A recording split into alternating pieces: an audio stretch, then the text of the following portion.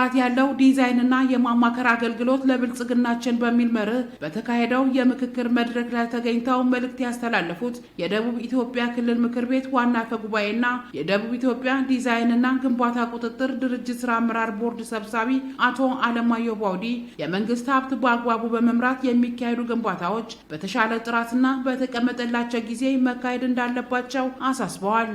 የመስኖ ስራዎች ላይ የመጠጥ ውሃ ስራዎች ላይ ህንጻ ላይና እንደዚሁም የመንገድ ስራዎች ላይ መሰረታዊ ጉዳዮች ስለሆኑ የገበያ ጉለትን ለመሙላት ወሳኝ በሆነ መንገድ ይሰራል። ከዚህ አኳያ በእነዚህ ዘርፎች የሚሰሩ ፕሮጀክቶች በጣም ብዙ ችግሮች ያሉባቸው ናቸው። ይሄን የመፍታት ኃላፊነት ስለተሰጠው አሁን ስንገመግምም ትኩረት ያደረግነው እንዴት ነው ፕሮጀክቶችን ምናማክረው በጊዜ ሰሌዳቸው እንዲጠናቀቁ ጥራት ያላቸው ዲዛይኖች ተሰርተው ለህዝቡ ውጤታማ የሆነ ስራ እንዲሰራ የማማከር ሂደት ውስጥም በጣም ውጤታማ የሆነ ማነቆ የሚፈታ ስራ ሰርተው መልክ እንዲያስይዙ የሰሩ ያሉበትን ሁኔታ ነው የተመለከትነው። የመንግስት ሀብትን ለታለመለት ዓላማ በመዋል የህብረተሰቡን ተጠቃሚነት ለማረጋገጥ ድርጅቱ የጀመረውን ተግባር አጠናክሮ እንደሚቀጥል የቦርድ ሰብሳቢው መክረዋል። በዚህ ዓመት በክልሉ በስድስቱም ማዕከላት የተጀመሩ ግንባታዎች አሉ። ይሄን በብቃትና በዲሲፕሊን ለመምራት የተደረገው ጥረትም በጣም ጥሩ ነው። አሁንም ከጊዜ ከጥራት አኳያ ትኩረት ሰጥቶ መሰራት እንዳለበት አቅጣጫ አስቀምጠናል።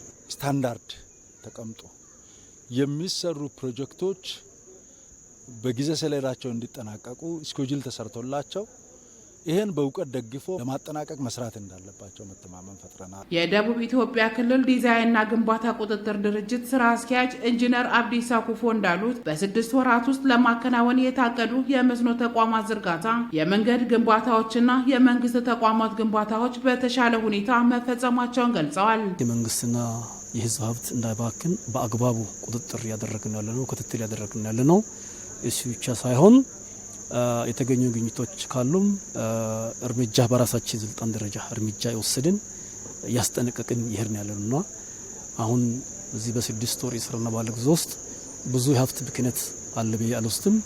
እንዲባክንም እድሉን አንሰጥም።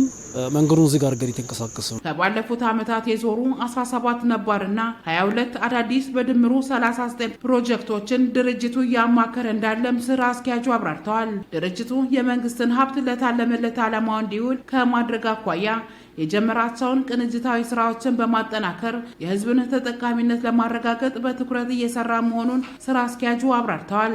ከፋይናንስ ኮንስትሬን ከበጀት ኮንስትሬን ጋር የተያዙ ጉዳዮችም የቅሉ አካል አርገን የተሻለ ስራ እንሰራለን ነው። ስለዚህ ምንድነው እኛ ያለው ችግር አለ ይሄ አለ ብለን አናወራም። ችግሮቹ ወደ እድል ብንቀይሩ ፈጠራና ፍጥነት ታከለበት የምንሰራው። ስለዚህ ስራውን ወደፊት ወደ ጎን ወደ ላይ አንወርብኛ በራሳችን ማኔጅ እናቃለን። ቦርድ አለን። ከአቅም በላይ ሆኖ ለቦርድ እናቀርባለን።